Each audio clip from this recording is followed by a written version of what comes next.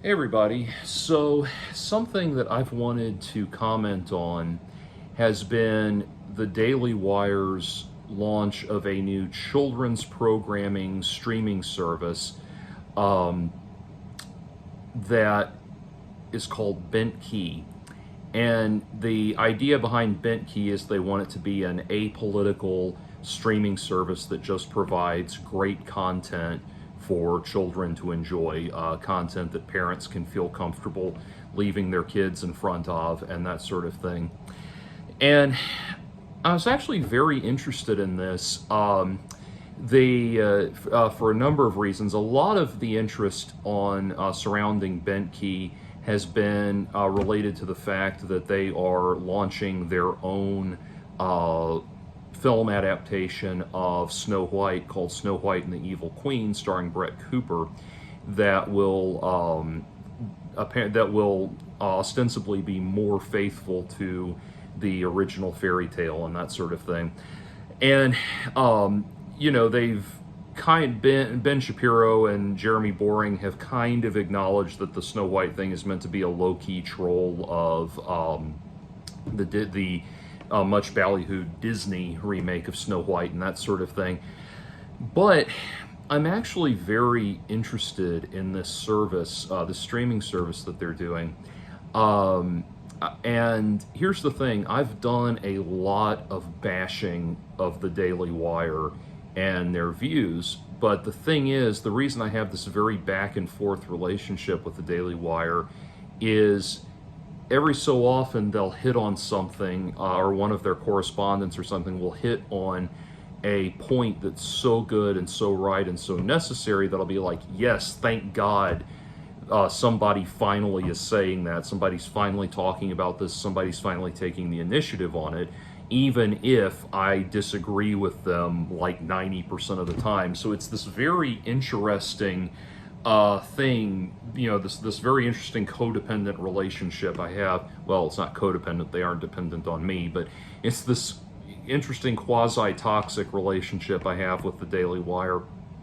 And so when Bentkey came along, I was really, really fascinated by the idea of, you're really curious to see what they had in mind.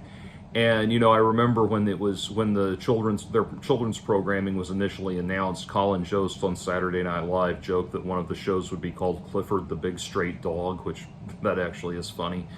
But I was interested to see what they would do with it, and would they make good on their promise that it is apolitical. And first of all, so what I did when it was launched, I downloaded the app and watched a bunch of the free content. I watched all of the free episodes of all of the Daily Wire originals, and then I watched some of the shows that they'd imported from abroad as well. And I have to say, I am extremely impressed with this. So I'll get into some of the asinine criticisms I've been hearing of it in a minute, but I wanted to say my personal feeling about it. I watched their flagship program is called Chipchilla. I watched that. I thought it was okay. I got a couple. I mean, granted, this is for children, but not adults like myself, but who function like children. But anyway, I I thought it was okay. I was not like totally taken with it, but I didn't have any problem with it. First couple episodes were cute. They had positive messages, had good values in them, positive messages. It's about a family of homeschooled chinchillas, and the dad is voiced by Rob Schneider. And so there were a few laughs along the way, some things I thought were cute and that sort of thing.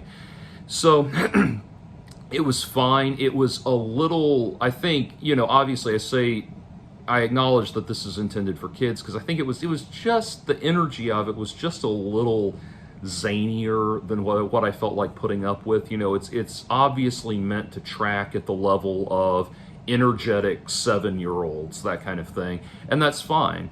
So I thought it was a cute idea. I mean, the whole premise is that this is a family of homeschooled, they're chinchillas, but it's a family of homeschool kids, and homeschooling obviously has taken off with the right wing in this country a lot in recent years, but the concept itself is not inherently political. So, yeah, and like I said, the 2 episodes I watched, the only thing that I thought could be even remotely construed as like a conservative value statement of any kind in one of them is that in one of the episodes, one of the little daughter is cooking and she's doing a good job of it, and the mom says, well, if you keep this up, I'll be out of a job, so it's like, you could say that that's gender stereotyping or something, but again, I'm not the person who, I'm not someone who gets, is going to get irked by something like that.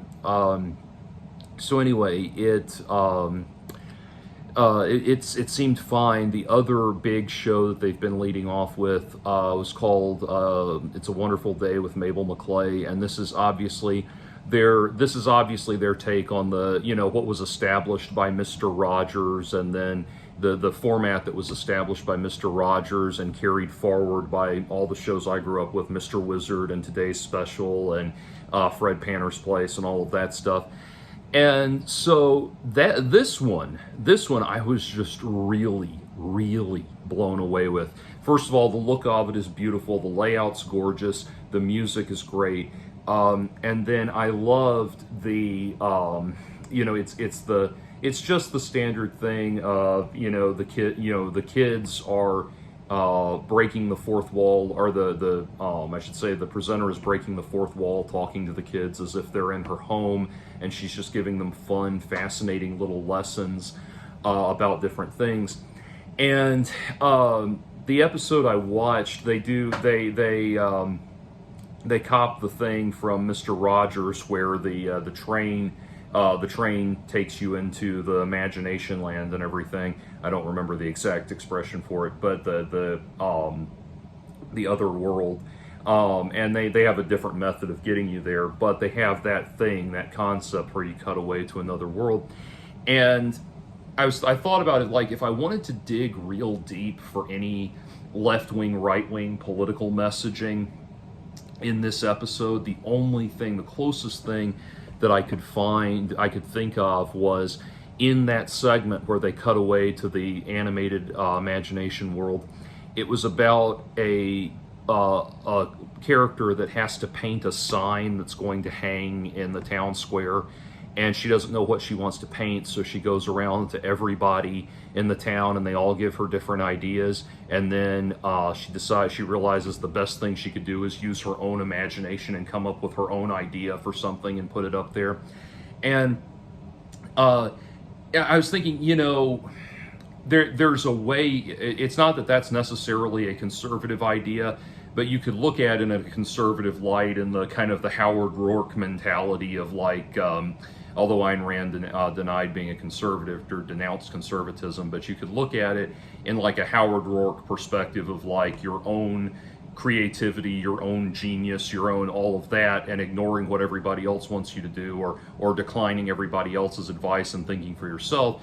Or, I was thinking you could do the left-wing liberal version of that, which would be for her to go around and get everybody's input and find a way to put everybody's input onto the canvas so everybody gets to contribute, the great collective and all of that.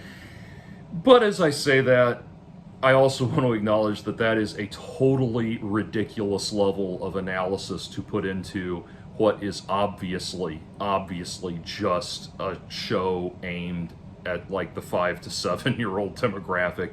It's totally too much analysis, and that excessive analysis is something I want to touch on in a minute when I talk about the criticisms that Bentkey is getting. And but I was like the Mabel McClay show, though, it did have such great detail. Like this did not feel like something that was slapped together to it's kind of like, I can remember, growing up in the 80s and 90s, there would be these like Christian children's shows on Christian broadcasting channels that looked, these very, very, very slapped together looking shows that were just low budget things that were put together so that the ultra religious kids that couldn't watch secular television had some facsimile, some vague approximation of entertainment to enjoy. That was not this at all. I really felt like there was just tremendous imagination put into this and that they had tremendous fun with it. One of the things I loved is her house has all of these kind of like Rube Goldberg devices set up to accomplish different things and everything. And that's really cool. And that was really fun. So out of all of the flagship programming that they had, I thought that was probably the best realized program. The next one I looked at was Gus Plus Us. Again, it's a Muppets Sesame Street type show where you've got a main woman that's the main presenter, and she's got these puppet characters that she's interacting with. It was absolutely adorable. Like, so the free episode that I watched, there's a sidekick puppet character named Carrot who floats away on a balloon at the beginning, and it was just the cutest thing, like so adorable, and I was just so just so charmed by it. It was so sweet, and watched the whole episode, and it was really cute. And then they had a program called Kid Fit Go, which I thought was really good. It's fitness stuff for kids, and being a workout geek myself, I really appreciated like how much they got into core exercises and stuff like that, and it was really cool. I watched some of the international programs that they brought in. There's one called Runes that I thought was fantastic, very fantasy, medieval oriented, kind of Arthurian type stuff, and I thought that was really cool. Runes was really cool. There were a couple others that I really liked. Names are escaping me. The only thing by way of criticism that I have from the content that I watched, the international content that I watched, was they had this one show that I think it was called How Ridiculous or something like that. And it was these guys, it was almost, I think, like a junior kid, like a junior level kids version of Mythbusters or something like that.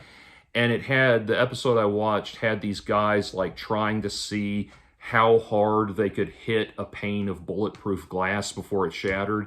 And I thought, the thing was, I watched that, there was at no point that I noticed, maybe I missed it, but at no point did they ever say, hey kids, don't try this at home. You might want to put that disclaimer. This is supposed to be, they're advertising Bentkey as this thing where parents can rest assured that they can sit their kids down and leave the room, and it will be good programming for them. They don't have to worry about the content and the values and all of that. If that's your message, you might want to put a don't try this at home disclaimer on your thing before you show kids a thing where people are hitting panes of glass with hammers. That seemed a little irresponsible, but that's certainly correctable too.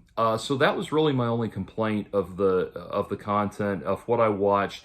Oh, and there's another show called Kid Explorer. I watched a little of that too. I didn't watch enough to formulate an opinion, but it seemed like good educational content. And so I was just left feeling so positive about the whole thing.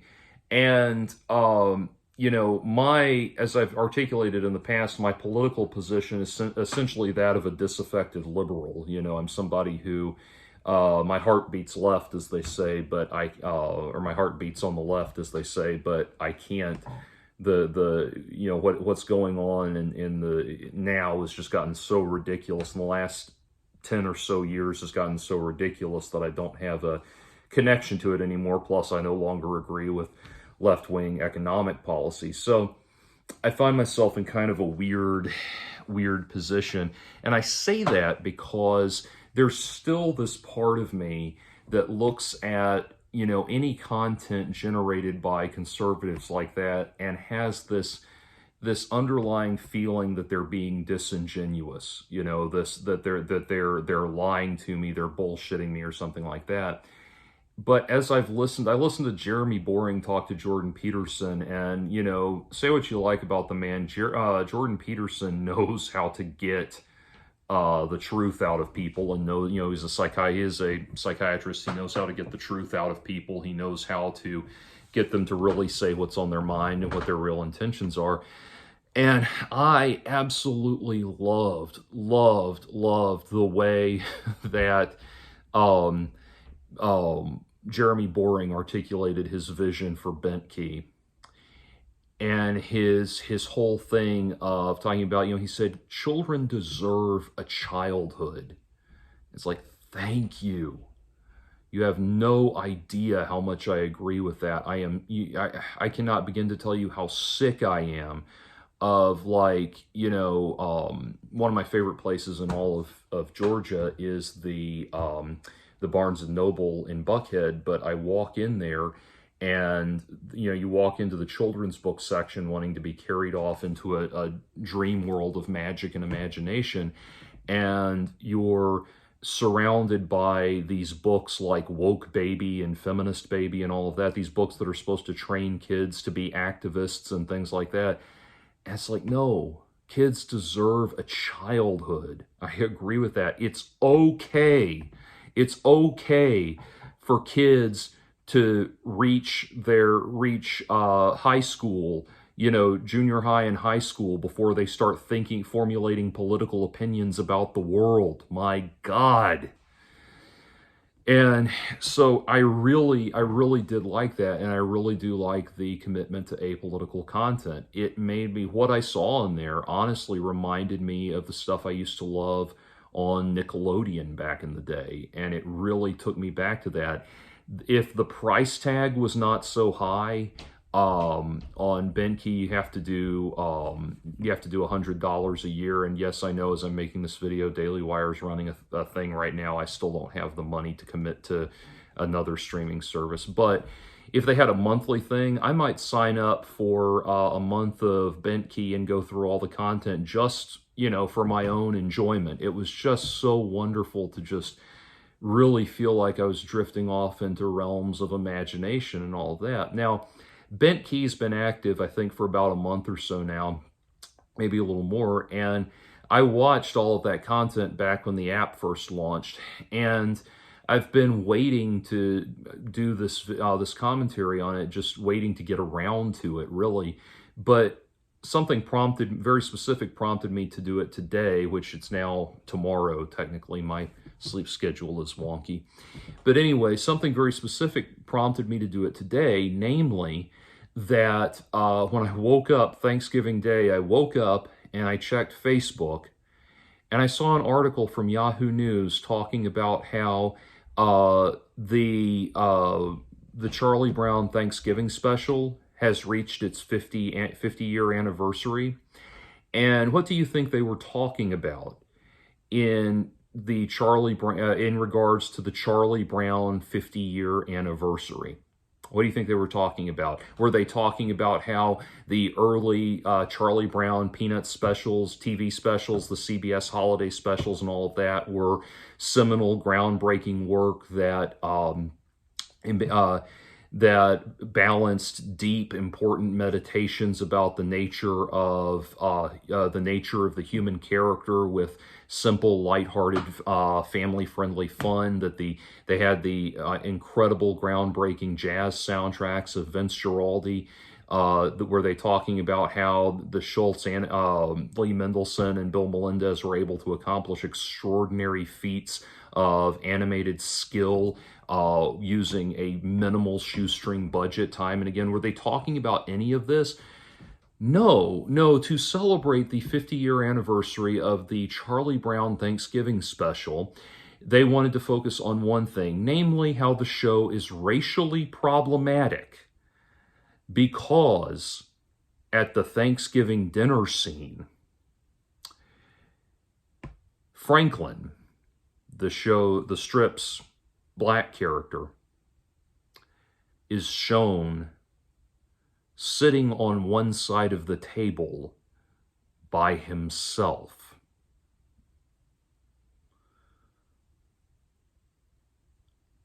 This is the only thing they wanted to focus on. This is the entirety of what they wanted to talk about. Of course, they didn't ever happen to notice that Linus is sitting on one side of the table by himself, and that Marcy is sitting on one side of the table by herself. They didn't, they didn't maybe stop to consider that that Snoopy, Charlie Brown, and Sally are all sitting on one side of the table because they're the host family.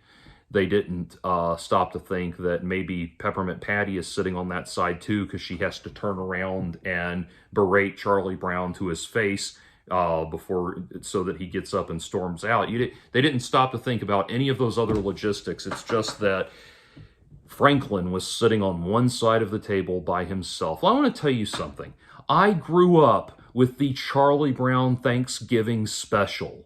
I was an absolute Peanuts maniac growing up, so much so that I'm surrounded by fine art Peanuts memorabilia, not just plastic toys like these commemorative things and that sort of thing. I've got, and then I have all of the plastic knickknacks too. I am a huge Charlie Brown Peanuts fan. I even prefer to say Charlie Brown and Snoopy rather than Peanuts because Charles Schulz hated the term Peanuts, hated the name Peanuts. But anyway, I love it. I grew up with it. I watched it constantly, and I watched the Thanksgiving special constantly. We had it on video cassette, and I watched it even when it was not seasonally appropriate. I would just put it on and watch it like I'd watch any of the episodes because I was so enamored with Charlie Brown and the world that he and his friends occupied. I was fascinated by it. And you know what? I have watched that scene with Franklin sitting by himself on one side of the table probably 50 million times. And somehow I still grew up believing that racism is wrong and that it's wrong to mistreat people of different ethnicities. Because amazingly, I never read into it the way these people, these people who will tear apart everything to find something wrong with it, who just complain and complain and complain endlessly about everything. Because when I watched, and the reason is because when I watched Charlie Brown, I thought it was, how naively of me, I watched it as a kid thinking that it was okay for me to watch it and enjoy it. I did not know that there was this world of masochistic maniacs that want to feel miserable about everything all the time, and that become contemptuous and envious when they encounter people who are happy and enjoying life. I did not even know that such people existed. As a small boy, I naively believed that the purpose of my life was to be happy. I naively believed that happiness was what I was supposed to do, and sadness was what I was supposed to try to avoid. Now, as a bitter, disaffected adult, I've learned quite the opposite, but I've learned that life is quite the opposite, but I do think it is beautiful and right and a good and joyful thing always and everywhere for children to get to have childhoods and have childhoods of wonder and carefree imagination. And somebody will come up and say, yeah, but you know what, you were white and you were a white male, and so you got a better childhood than other people, and other kids don't get to other kids don't get to have happy childhoods, and so fuck you, blah blah blah blah. And you know what my response to all of that is? That's true. But one thing that those kids can be offered, I'm sorry that I don't want people to suffer in this world. It is not my goal for anyone to suffer or be unhappy, and I certainly want kids to have happy childhoods. But one thing we can do is offer them great programming for the 20 minutes that they're watching, be it Mr. Rogers or Mabel McClay or whatever. They can get out of that shitty world that they live in, and they can learn to develop their imaginations and their creativity and all of these beautiful things. And so that is why, for all of the gripes I have with the Daily Wire, I'm rooting for Bentkey, man. This is good stuff. This is what we need to be seeing. And this is what kids need in their lives. And so, yeah, do I think that Bentkey is on par with Charlie Brown? Of course not. But very few things are. Uh, and so but what they're doing, I do think it's on par with Nickelodeon back in the day. And I think it's going to be really great, enjoyable stuff. Now, to get to the objections that people have been lobbing at Bentkey, some amazing things like I've watched some criticisms that some of these asshole YouTubers have, where it's like, one person would say, "What's Bentkey? Why did you call it Bentkey? What the hell does that mean?" It's like, okay, if you'd done even a slight amount of research, you would know that Bentkey comes from the fact that Jeremy Boring wears a bent key around his neck on a chain because it's the key to a theater that he worked at when he was a kid. And that meant a lot to him. And they're trying to say that the B in Bentkey looks like a penis and all of this other clutching at straws. But I watched some reviews. The main thing that people are attacking is Chimchilla. And mainly they're saying that it is a blatant ripoff of a show called Bluey. I have never seen Bluey. I had never heard of Bluey until just recently, but when this controversy started. But I looked at some of the comparisons that people had, and for example, one person pointed out, they said, "Well, Chimchilla is just silly and funny and about having fun and all of this stuff, but Bluey, man." Bluey does some really incredible, really deep stuff where it's like, they use the example of like this one episode about one of the adult characters having to come to terms with the fact that their mother is getting older and won't be around forever or something like that. And it's like, see, Chimchilla doesn't have anything like that. To which I would say, right. It doesn't have anything like that. It doesn't have anything that is going to appeal to you, the professional misery monger. And that's the point. Because here's the thing. You're watching that episode of Bluey where they're dealing with this really painful, profound life transition of an adult parent moving into the end of life stage of their existence. And you're thinking, wow, that is so profound. That is so beautiful. And maybe it is. Maybe it is really dumb. Or really well done. Sorry, Freudian slip. Maybe it is really well done. But you know what the 5 to 7-year-olds that the show is made for are thinking? Grandmommy's gonna die! And maybe, just maybe, kids don't need that. They don't need something so miserable in their lives. I'll tell you a story.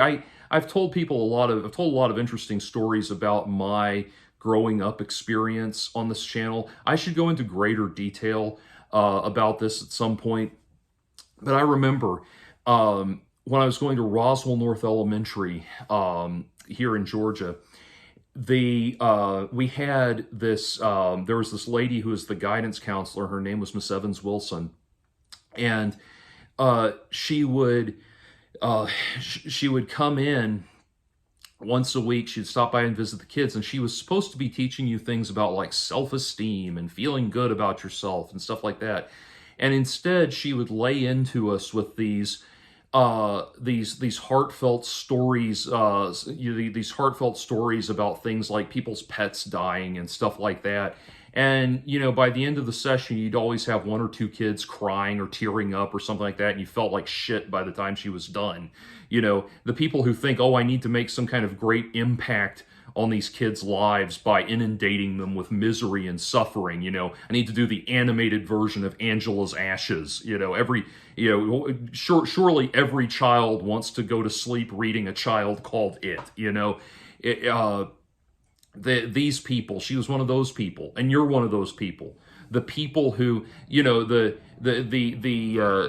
I cannot begin to tell you the horrific, the horrific world of children's literature that existed before Harry Potter, where it was like every fucking book was about a junior high basketball player whose parents tell him they're getting divorced right before the big game, and is that gonna, and you know, and his dog got run over. It's just inundating you with asinine problem novel crap. And it's like, oh my God, give me the Phantom Tollbooth, give me A Wrinkle in Time, give me Redwall, give me all of these. And if you're about to ask me if I'm a Redwall fan, not only do I have a whole bunch of the books here in hardcover, but they're autographed too. That's a whole other story. But anyway, so you know, give me something of imagination and joy. Save me from these people that think childhood is supposed to be about getting inundated with human misery.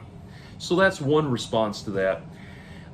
Another thing I saw another review of Chimpchilla where this person was ranting about, they said other people have pointed this out too.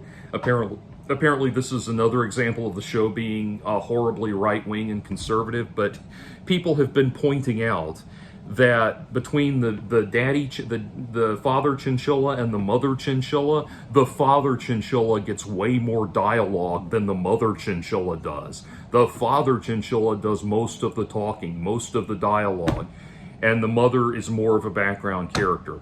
Okay, two things about that. One, that father character, the daddy chinchilla, is voiced by Rob Schneider, who is one is a major Hollywood star, a major talent. I know you're about to come in and start whining in the comments section about, oh, Rob Schneider's not that big. He hasn't been famous since the early 90s, blah, blah, blah, blah, blah. He is a much bigger talent, much bigger, has a much brighter star than anyone else on the show. He's a major actor who has major credentials. And so, one, they're getting their money's worth on him. Two, he is a veteran comic with actual comic timing, and I am sure that is why most of the comedic elements of the show fall on him. And three, the show is, not only is the show made for children, not adults, it's definitely not made for the kind of people whose idea of a good time is sitting there watching a children's cartoon with a fucking stopwatch. God. I mean, it's just insane. It's kind of what it reminds me of. Look up sometime. Another thing I grew up with was the Berenstain Bears. Look up the Berenstain Bears. There's a controversy about Mama Bear. For some reason, there's all of this controversy and criticism about Mama Bear. There's liberals who think that she represents this very reductive, patriarchal, gender normative behavior. There's conservatives that think she's some kind of over-the-top feminist. It's like, do you people have nothing better to do than read too much into children's entertainment? God, I mean, this is why I like their mission statement. It's adventure, it's excitement. Everything they're promoting is about adventure and excitement and imagination and joy and exploration and all of that. And it's like, I was watching their stuff and it's just like, finally, content that is not burdened with the misery of the world. I mean, what? How is this is what's amazing. This is what's amazing is being happy and imaginative is now apparently considered right-wing conservatism or something. Anyway, so that's been my reaction to the criticism so far. Most of the criticism seems like it's made in very bad faith. It seems like it's not it seems like it's not terribly constructive criticism. And it seems to be just missing the general point altogether. But I am really impressed with Bentkey. And so much so, I made a video talking about how I didn't think the Daily Wire would be able to do a good adaptation of Atlas Shrugged just because their values are so far removed from Ayn Rand's values. But seeing this, seeing the mission statement of Bentkey and seeing that being realized with content that's life-affirming and meant to tell you that life is about enjoyment, joy, and happiness, and fulfillment and imagination and creativity and all of that. I am so impressed with this that I would love to do the soundtrack for Atlas Shrugged, for their adaptation of Atlas Shrugged, whatever it is. I would love to get involved with that. I don't think Jeremy Boring would ever hire me, but I would love to be able to do it. Anyway, so those are my thoughts on the Bentkey thing.